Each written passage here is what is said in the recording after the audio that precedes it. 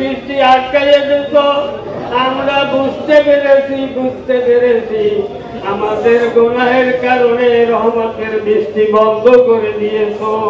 আল্লাহ আমাদের জন্য এ সকল নিষ্পাপ প্রাণীদের কষ্ট দিও না। আমরা কলেমা পড়ি নাই, আমরা কোরআন পড়ি।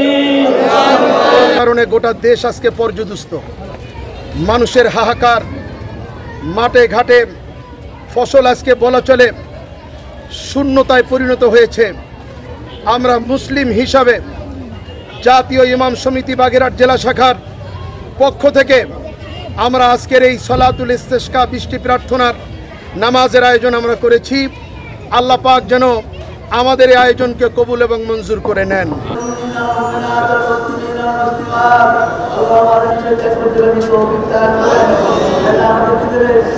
আজকে আমরা সকাল 10টায় বাংলা স্কুল মাঠে সালাতুল ইস্তেসকা নামাজ পড়ে আল্লাহ পাকের কাছে প্রার্থনা করেছি। আল্লাহ পাক যেন আমাদের গুনাহ, অন্যায়, অপরাধ, জুলুম, নির্যাতন এগুলো মাফ করে দিয়ে আমাদের উপর এমন সুন্দর শীতল পরিবেশ সৃষ্টি করে দেন, যাতে করে সর্বশ্রেণীর সৃষ্টিজীব শান্তিতে বসবাস করতে পারে। আসলে আমাদের গুনাহ, অন্যায়, অপরাধ, জুলুম, নির্যাতনের কারণে আল্লাহ পাক অসন্তুষ্ট হয়ে আমাদের মাঝে এরকম অনাবৃষ্টি এবং তাপ প্রদাহ সৃষ্টি করে দিয়েছেন। যদি মানুষ আল্লাহ পাকের ওয়াদা, মানুষ যদি তওবা করে অঙ্গীকার করে শপথ করে আল্লাহর কাছে প্রার্থনা করে, আল্লাহ সেই তওবাকে কবুল করেন, সেই অঙ্গীকারকে কবুল করেন। পবিত্র কোরআনের ভাষ্য মোতাবেক মানুষ যখন বেপরোয়া হয়ে গুনাহ পাপের মধ্যে, তখন এমনটি পরিস্থিতির সৃষ্টি হয়, অনাবৃষ্টির এবং বিভিন্ন ধরনের বালা মুসিবত আসে। সেক্ষেত্রে নবী করিম সাল্লাল্লাহু আলাইহি ওয়াসাল্লামের যে আমল ছিল, সাহাবায়ে কেরামদেরকে নিয়ে ময়দানে গিয়ে কান্নাকাটি করতেন। ঠিক আমরা নবী করিম সাল্লাল্লাহু আলাইহি ওয়াসাল্লামের সেই বাতলানো পথেই অনুসরণ করলাম মাত্র। বাকি তখন তো ইমাম ছিলেন নবী করিম সাল্লাল্লাহু আলাইহি ওয়াসাল্লাম, আর মুসল্লি ছিলেন সাহাবায়ে কেরাম, তারা তো পুণ্যবান ছিল। তা আমরা তো এখন গুনাহগার মুসলমান, আমাদের কথা আল্লাহ পাক দয়া করে কতটুকু দয়া করবেন আল্লাহই জানেন। আমরা বুক ভরে আশা রাখছি, আমরা গুনাহগার পাপী হলো আল্লাহ পাক যেন আমাদের আবেদন মঞ্জুর করেন, যাতে করে আমাদের সকলের জীবনে স্বস্তি আসে। আমরা আপনার গোলাম, আপনি যদি আমাদের আজাদ করা হবে না, কবুল মঞ্জুর করো। রাসূল করিম সাল্লাল্লাহু আলাইহি ওয়াসাল্লামের নবুয়তি পাওয়ার আগে থেকেও এই নামাজ পড়েছেন। তিনি আবার ইসলাম পাওয়ার পরও সকলকে নিয়ে নামাজ পড়েছে।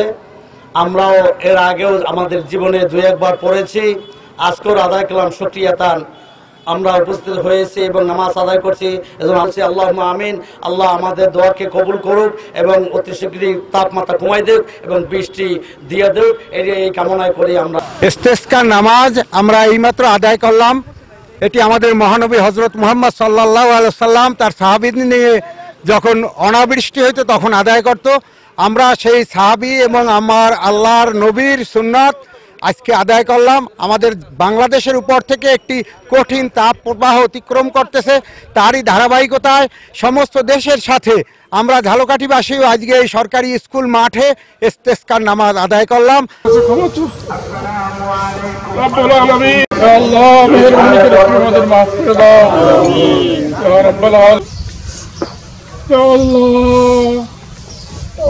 শিশু তুমি তোমার রহমতের বৃষ্টি দান করো। মেহেরবান খোদা, আমাদের মাথা থেকে পা পর্যন্ত গুনাহের মধ্যে ডুবন্ত মাওলা, আয় আল্লাহ পাক আমাদের গুনার কারণে আমাদের উপরে আয় আল্লাহ পাক কত রকমের গজব মাওলা, আয় আল্লাহ পাক আমাদের গুনার কারণে আমাদের উপরে গজব আপনি ছাপাই দিয়েন না মাওলা। আনিলে আমাদেরকে গজব দিলে আল্লাহ আমরা বসে পারবো না মাওলা। ربنا ولا تحملنا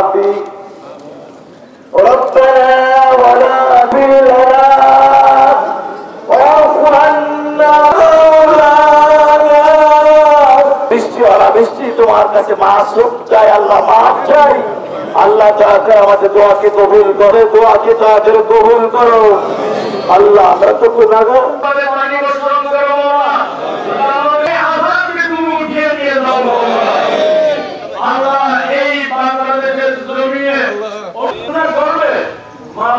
রহমান রহিম গফুরে তোমার এই পবিত্র নামের উসিলা হয়ে গেছে মওলা আল্লাহ আমাদের আল্লাহ তোমার রহমত ছাড়া আমাদের আর বিশ্বাস হয়েছে আল্লাহ আযাবের মধ্যে আর কয়দিন থাকলে কি হবে আমরা জানি না মওলা আল্লাহ তোমার বান্দাদের কষ্ট দূর করে দাও আল্লাহ তোমার রাস্তা একবার পড়ছনি আল্লাহ উম্মতে মুহাম্মাদীকে হেফাজত করো উম্মতে মুহাম্মাদীকে হেফাজত করো আমাদের গাছপালাতে বরকত দান করো আমাদের পানির মধ্যে বরকত দান করো আল্লাহ শিশু বাচ্চারা কাঁদতেছে মাহবুব